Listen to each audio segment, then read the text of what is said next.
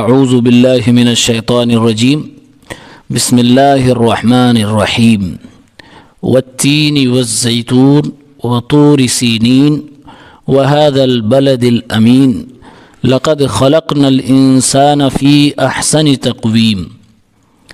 سورۃ التین، تین کے معنی ہوتے ہیں انجیر، یہ ایک پھل ہے جو سرزمین فلسطین میں پایا جاتا ہے، بیت المقدس کے اطراف میں۔ اللہ رب العالمین قرآن مجید میں جب کوئی اہم بات کہنی ہوتی ہے تو قسمیں اٹھاتا ہے۔ اس صورت میں اللہ نے تین چیزوں کی قسم کھائی ہے شروعات میں، اس کے بعد ایک بات کہی ہے جو بہت اہم بات ہے۔ فرمایا والتین والزیتون، قسم ہے انجیر پھل کی اور زیتون کی، دونوں ہی پھل ہی ہیں۔ وطور سینین، اور قسم ہے طور سینا کی، کوہ طور جس کو کہتے ہیں۔ وہذا البلد الامین، اور قسم ہے امن و امان والے اس شہر کی، یعنی مکہ کی۔ یہ تین چیزوں کی اللہ رب العالمین نے قسم کھائی۔ تینوں قسم پہ غور کریں گے تو ایسا لگتا ہے کہ اللہ تعالیٰ نے تین چیزوں کی نہیں، تین جگہوں کی قسم کھائی ہے، اور وہ جگہیں کوئی معمولی جگہ نہیں ہیں بلکہ انبیاء کرام کے آنے کی جگہ ہے۔ انجیر اور زیتون جس جگہ پہ پایا جاتا ہے وہ جگہ سرزمین فلسطین ہے، بیت المقدس کا ایریا، مسجد اقصی کا ایریا۔ یہاں پر ابراہیم علیہ السلام ہجرت کر کے آئے تھے، جیسے اللہ کے نبی مکہ سے مدینہ گئے تھے، ابراہیم علیہ السلام اس سرزمین پہ ہجرت کر کے آئے تھے، اور عیسیٰ علیہ السلام کی پیدائش اسی شہر میں ہوئی تھی۔ تو گویا کہ اس شہر کا تعلق خصوصاً ان دو نبیوں سے ہے جہاں پر اللہ رب العالمین نے اپنے پیغمبروں کو بھیجا۔ وطور سینین، اور طور سینا، کوہ طور کی قسم۔ کوہ طور وہ پہاڑ ہے جہاں پر اللہ رب العالمین نے ابراہیم موسیٰ علیہ السلام پر اپنا پیغام نازل فرمایا تھا اور ان کو نبی بنایا تھا، یعنی کوہ طور کا تعلق موسیٰ علیہ السلام سے ہو گیا۔ وہذا البلد الامین، اور اس امن و امان والے شہر کی قسم، یعنی مکہ، یہ اللہ کے نبی صلی اللہ علیہ وسلم کی جائے پیدائش، اور ہمارے نبی صلی اللہ علیہ وسلم یہیں سے نبوت کا اعلان بھی فرماتے ہیں۔ گویا کہ تینوں پر غور کر رہے ہیں تو ایک کا تعلق سیدنا ابراہیم اور حضرت عیسیٰ علیہ السلام سے ہے، اور دوسرے کا تعلق سیدنا موسیٰ علیہ السلام سے ہے، اور تیسرے کا تعلق محمد صلی اللہ علیہ وسلم سے ہے۔ اور یہ تینوں انبیاء، حضرت موسیٰ، حضرت عیسیٰ، حضرت ابراہیم اور ہمارے نبی صلی اللہ علیہ وسلم، یہ چار کے چاروں انبیاء کرام اولو العزم پیغمبروں میں سے ہیں۔ یعنی اللہ رب العالمین کے جتنے انبیاء، جتنے پیغمبر دنیا میں آئے، اس کی صحیح تعداد ہمیں نہیں معلوم ہے۔ البتہ ایک حدیث میں ہے جس پر کچھ کلام بھی ہے، اس میں کہا گیا ہے کہ 1.25 لاکھ انبیاء کرام آئے۔ تو اگر 1.25 لاکھ مان لیا جائے تو ان میں سے صرف 25 کا تذکرہ بائی نیم قرآن کریم میں ہے، اور اللہ نے قرآن ہی میں فرمایا کہ بہت سارے نبیوں کے قصے ہم نے آپ کو بتائے ہی نہیں۔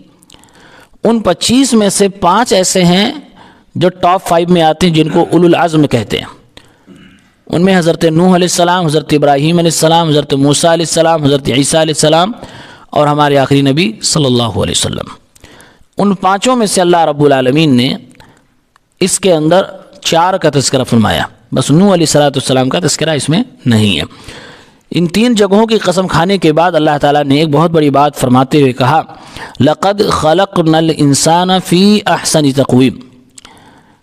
اب یہ قسم کے بعد جواب قسم، یقیناً ہم نے انسان کو بہترین ڈھانچے میں، خوبصورت سانچے میں پیدا فرمایا ہے۔ اس آیت کا مطلب یہ ہوا کہ اللہ رب العالمین نے انسان کو تمام مخلوقات میں سب سے خوبصورت اور سب سے بہترین ڈھانچے والا بنایا ہے۔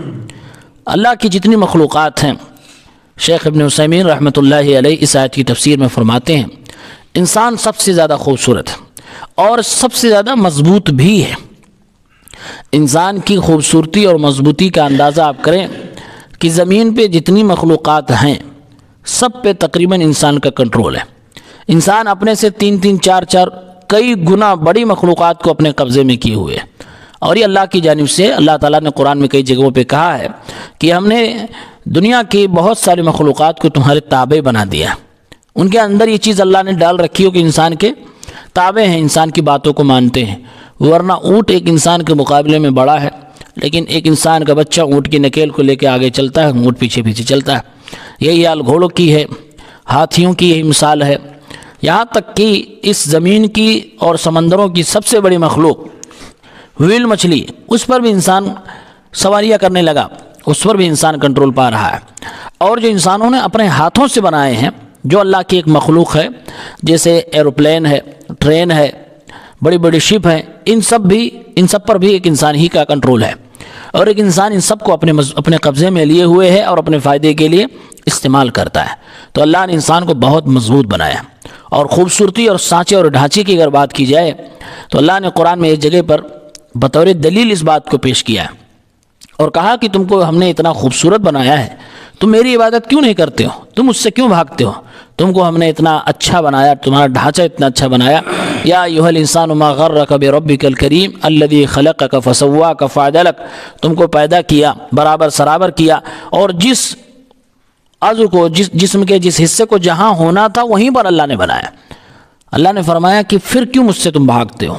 تو ڈھانچہ بھی بہت خوبصورت ہے. اکثر و بیشتر مخلوقات کو دیکھیے، اللہ نے ان کو کھانے کے لیے منہ تو دیا، لیکن ان کے منہ زمین کی طرف لٹکے ہوئے ہیں. انسان ایک ایسی مخلوق ہے جس کو اللہ نے منہ دیا لیکن اس کا منہ بالکل کھڑا ہے، اس کو اللہ نے جھکایا نہیں ہے، بلکہ جھکنے کے لیے اپنے پاس اس کو بلایا ہے. انسان کھڑا ہے اور ہاتھ دیے، ہاتھ کے ذریعے سے وہ غذا اپنے منہ تک پہنچاتا ہے. یہ انسان کی فضیلت ہے. اللہ نے فرمایا لقد خلقنا الانسان فی احسن تقویم، انسان کو ہم نے بہترین ڈھانچے میں پیدا فرمایا. یہ احسن تقویم ایک لفظ ہے. آگے اللہ نے فرمایا ثم رددناہ اسفل سافلین، پھر ہم اسے لوٹا دیتے ہیں، یا ہم نے اسے لوٹا دیا جب وہ نچلوں میں سے نیچے پہنچ جاتا ہے. یعنی اللہ فرما رہا ہے کہ میں انسان کو خوبصورت بناتا ہوں، مضبوط بناتا ہوں، اخلاق والا بناتا ہوں، اچھا انسان بناتا ہوں، پھر اس کے بعد اس کو ہم ذلیل بھی کر دیتے ہیں، بوڑھا بھی بنا دیتے ہیں، جہنم بھی پہنچا دیتے ہیں. یہ دو اسٹیج اللہ نے انسانوں کے بنائے ہیں. ایک ہے احسن تقویم اور ایک ہے اسفل سافلین. اسفل سافلین، نچلوں میں نیچا. اللہ نے فرمایا پھر انسان کو ہم نیچوں میں نیچا بنا دیتے ہیں. کیا مطلب ہے اس کا؟ 3 مطلب ہو سکتا ہے. ایک یہ کہ ایک انسان کو اللہ رب العالمین پیدا کرتا ہے، خوبصورت ہوتا ہے اور جسم مضبوط ہوتا ہے، جس کو ہم کہہ سکتے ہیں نوجوانی اور جوانی کا وقت. انسان خوبصورت بھی ہے، مضبوط بھی ہے. اللہ فرمان ہے پھر اسے ہم بوڑھا کر دیتے ہیں اور بدصورت. بڑھاپے میں وہ جوانی کی خوبصورتی ختم ہونے لگتی ہے، چہروں پہ جھریاں آ جاتی ہیں، ہڈیوں میں کمزوریاں آ جاتی ہیں. تو اللہ نے فرمایا پھر اسے ہم نیچوں میں نیچا بنا دیتے ہیں.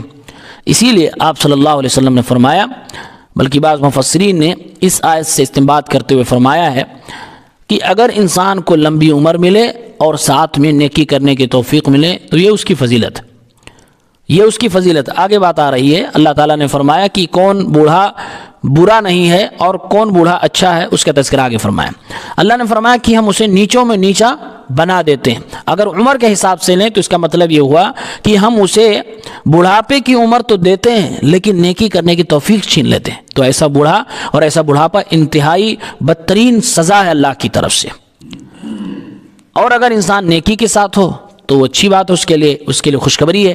من طال عمرہ حسن عملہ، جس کی عمر لمبی ہو اور عمل اچھا.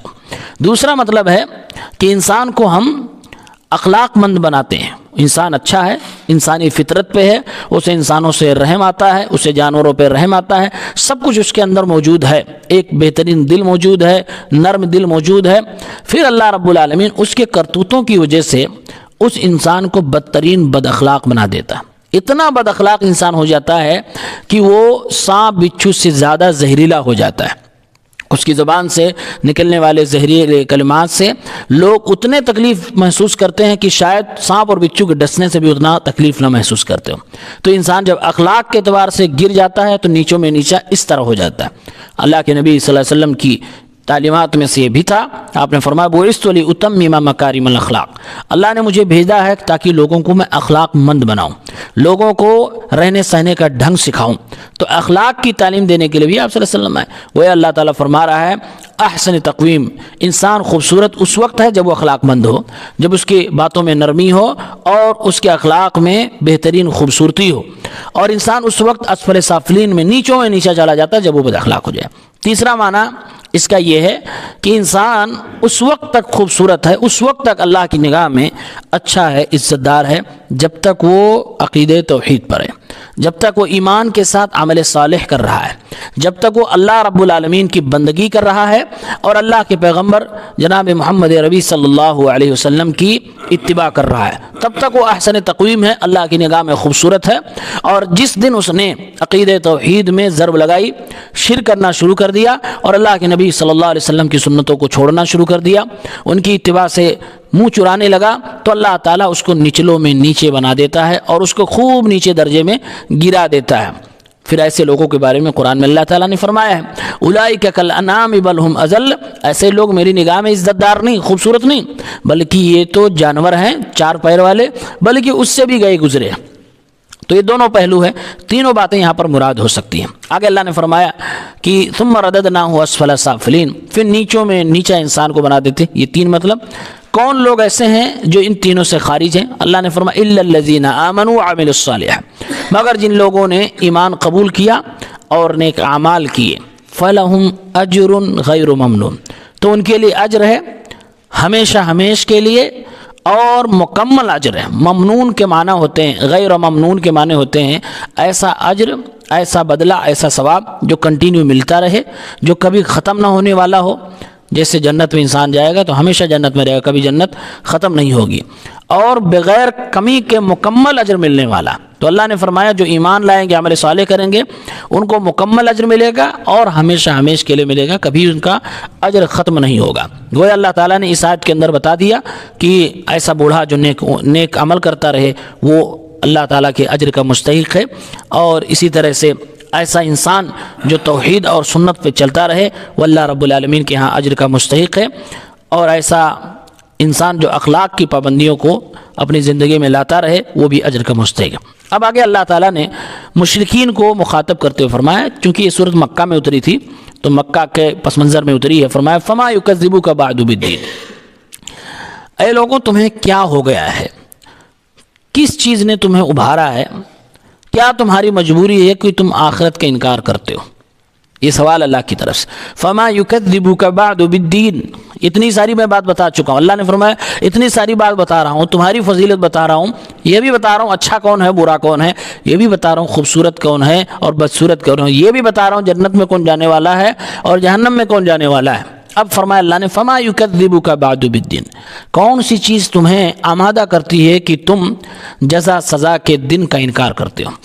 دین کا معنی ہوتا ہے بدلہ، دین اسلام، مالک یوم الدین، تو یہ جو ہے نا مالک یوم الدین، دین کے دن کا مالک، مطلب فیصلے کے دن کا مالک، دین ہی اس کو کہہ دیا گیا۔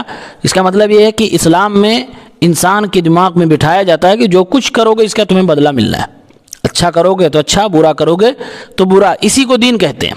چونکہ مشرکین مکہ تین چیزوں کو خصوصی طور سے نہیں مانتے تھے، مانتے نہیں تھے کہ صرف ایک ہی معبود ہے جس کی عبادت ہونی چاہیے، اللہ کے نبی اس پہ فوکس ڈالتے رہے۔ وہ نہیں مانتے تھے کہ محمد آخری رسول ہیں، اللہ کے نبی یہ بھی منواتے رہے۔ وہ نہیں مانتے تھے کہ مرنے کے بعد انسان کو جزا سزا ملنے والی ہے۔ تو مکہ کی زندگی میں 13 سال تک آپ قرآن پڑھیں گے، اللہ کے نبی کی زندگی کی محنتوں کو دیکھیں گے، آپ صلی اللہ علیہ وسلم یہی تین چیز منواتے رہے، یہی تین چیز سمجھاتے رہے۔ تو انہی میں سے ایک چیز کا تذکرہ ہے فما یکذبک بعد بالدین، کہ تم کیوں آخرت کے دن کا، بدلے کے دن کا، جزا و سزا کے دن کا انکار کر رہے ہو۔ اللہ نے گویا اشارہ دیا کہ دنیا میں کوئی بھی انسان اگر غور کرے تو اس کو ماننا پڑے گا کہ مرنے کے بعد کچھ ہونے والا ہے جس میں بدلہ ملے گا، نہیں مانے گا تو دنیا چل ہی نہیں پائے گی۔ اس کی وجہ کیا ہے؟ دنیا میں ہر انسان یہ مانتا ہے، یہاں تک کہ کافر بھی مانتے ہیں، وہ لوگ بھی یہ بات مانتے ہیں، جو لوگ ملحد کوئی دین دھرم مانتے ہیں وہ بھی یہ بات مانتے ہیں۔ کون سی بات؟ وہ مانتے ہیں کہ جو آدمی اچھا کرے اس کو اچھا انعام ملنا چاہیے، اور جو آدمی برا کرے اس کو اچھی سزا ملنی چاہیے۔ یہ دنیا کا ہر انسان مانتا ہے۔ یہی آخرت کا کانسیپٹ ہے۔ اللہ تعالیٰ فیصلے کا دن، قیامت کے بعد کا حساب و کتاب، اس میں بھی یہی ہونے والا ہے۔ دنیا میں جو اچھا کرے گا وہ اچھا بدلہ پائے گا، اور جو برا کرے گا وہ برا بدلہ پائے گا۔ تو اللہ نے فرمایا جب یہ چیزیں تمہارے دماغ میں ہیں اور جانتے ہو، تم اپنے سماج میں کرتے بھی ہو کہ جو برا کرتا اس کو سزائیں دیتے ہو، جو اچھا کرتا اس کو انعامات دیتے ہو، یہی کام میں مرنے کے بعد تم لوگوں کے ساتھ کرنے والا ہوں، پھر اس کا انکار کیوں کر رہے ہو؟ فما یکذبک بعد بالدین، تم کس چیز کی بنیاد پر، کون سی مجبوری ہے کہ انکار کر رہے ہو؟ الیس اللہ باحکم الحاکمین، کہ اللہ رب العالمین تمام حاکموں میں سب سے بہترین حکومت کرنے والا نہیں؟ کہ اللہ تعالیٰ سب سے زیادہ انصاف اور عدل کرنے والا نہیں ہے؟ سوال کیا اللہ تعالیٰ نے، اور یہیں پر یہ صورت ختم ہو جاتی ہے۔ جواب ہے بالکل اللہ رب العالمین احکم الحاکمین ہے، سب سے زیادہ انصاف اور عدل کرنے والا ہے۔ اس سوال سے اللہ نے ان لوگوں کو جواب دیا جو لوگ آخرت پر ایمان نہیں رکھتے ہیں۔ اللہ نے جواب دیتے ہوئے فرمایا کہ تم میں سے وہ شخص بیوقوف مانا جاتا ہے، نا انصاف مانا جاتا ہے، جو اچھے کو بدلہ نہ دے پائے، انعام نہ دے پائے، اور برے کو سزا نہ دے پائے، اسی کو نا انصاف کہتے ہیں۔ نا انصافی کرنے والا راجا، نا انصافی کرنے والا جج وہ ہوتا ہے جو اچھے کو بدلہ نہ دے پائے اچھا، اور جو برے کو سزا نہ دے پائے۔ دنیا کہتی ہوں نا انصافی کرنے والا راجا، نا انصافی کرنے والا جج ہے۔ اللہ نے پھر سوال کر دیا کیا اللہ تعالیٰ کے انصاف پہ تمہیں شک ہے؟ نہیں شک ہے، پھر اللہ تعالیٰ بدلہ کیوں نہیں دے گا؟ ضرور دے گا، یعنی آخرت ضرور ہوگی، مرنے کے بعد تمہیں اٹھایا جائے گا، اس پر تمہیں ایمان لانا چاہیے، اور اگر اس سے بھاگ رہے ہو تو تمہاری اپنی غلطی ہے۔ اللہ تعالیٰ نے اس ایک آیت میں مکے کے لوگوں کو تینوں دعوت دے دی ہے۔ پہلی دعوت کیا دی؟ کہ مرنے کے بعد تم کو دوبارہ اٹھنا ہے، حساب کتاب دینا ہے، بدلہ لینا ہے، بدلہ ملنا ہے۔ دوسری دعوت دی کہ یہ جو قرآن کے پیغام کے ذریعے سے تم کو بتایا جا رہا ہے، اور جس نبی کی زبان سے بتایا جا رہا ہے، یہ آخری نبی ہے، اس کو مان لو، تم نہیں مان رہے تو اس کو مان لو۔ اور تیسری دعوت اللہ نے دی الیس اللہ اللہ کا نام اس میں ذکر ہو گیا۔ معلوم یہ ہوا کہ ایک اللہ ہے، ایک معبود ہے جس کی عبادت ہونی چاہیے، اور وہی ایک ہے جس کی عبادت ہونی چاہیے، اس کو کہتے ہیں اللہ۔ مشرکین کے جتنے معبود تھے ان میں سے کسی کا نام اللہ نہیں تھا، تو گویا کہ اللہ تعالیٰ نے ایک معبود برحق کا انٹروڈکشن بھی دیا، اور بائی نیم بتایا کہ اسی کی عبادت ہونی چاہیے، اور اللہ کے نبی کی زبان سے کہلوایا، اور یہ بتا دیا کہ یہی ہمارا آخری نبی ہے، اور آخرت کی بات چل رہی ہے۔ تینوں عقیدوں کی دعوت اور تینوں چیزوں کی دعوت ایک ہی آیت میں اللہ تعالیٰ نے دے دی، اور اس بات کی وضاحت ابن قیم رحمۃ اللہ علیہ نے اپنی تفسیر میں اس آیت کو کرتے ہوئے فرمایا ہے۔